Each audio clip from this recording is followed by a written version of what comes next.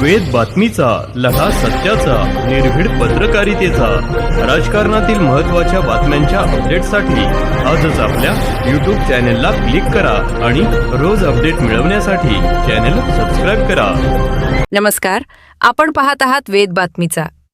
सोनेवाडीत दशावतारी खेळाने आखाडी उत्सवाला सुरुवात.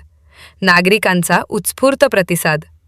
कोपरगाव तालुक्यातील सोनेवाडी येथे नगदवाडी व सोनेवाडी ग्रामस्थांच्या संयुक्त विद्यमाने पारंपरिक दशावतारी खेळ व आखाडी उत्सवाला मंगळवार दिनांक 9 जून रोजी उत्साहात सुरुवात झाली. अनेक वर्षांपासून सुरू असलेली ही सांस्कृतिक परंपरा यंदाही मोठ्या जल्लोषात साजरी होत असून नागरिकांनी मोठी गर्दी केली आहे.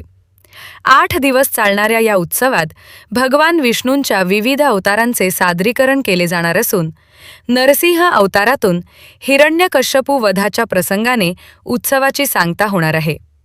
आकर्षक वेशभूषा, पारंपरिक मुखवटे आणि दमदार संवादांनी सजलेल्या या खेळाला पंचक्रोशीतील ग्रामस्थांचा उत्स्फूर्त प्रतिसाद मिळत आहे.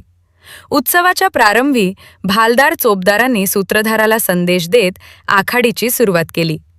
विदूषक आणि सूत्रधार यांच्या विनोदी व प्रभावी संवादांनी उपस्थितांची मने जिंकली. यावेळी मत्स्य, कूर्म, वराह, राम, कृष्ण ते कल्की अशा श्री विष्णूंच्या 10 अवतारांचे सादरीकरण करण्यात येणार आहे. दरम्यान सुप्रसिद्ध तमाशा कलावंत संगीता महाडिक पुणेकर यांच्या तमाशा कार्यक्रमालाही नागरिकांनी भरभरून प्रतिसाद दिला.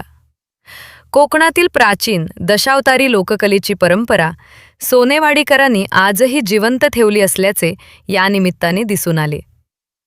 वेद बातमीसाठी लक्ष्मण जावळे, कोपरगाव.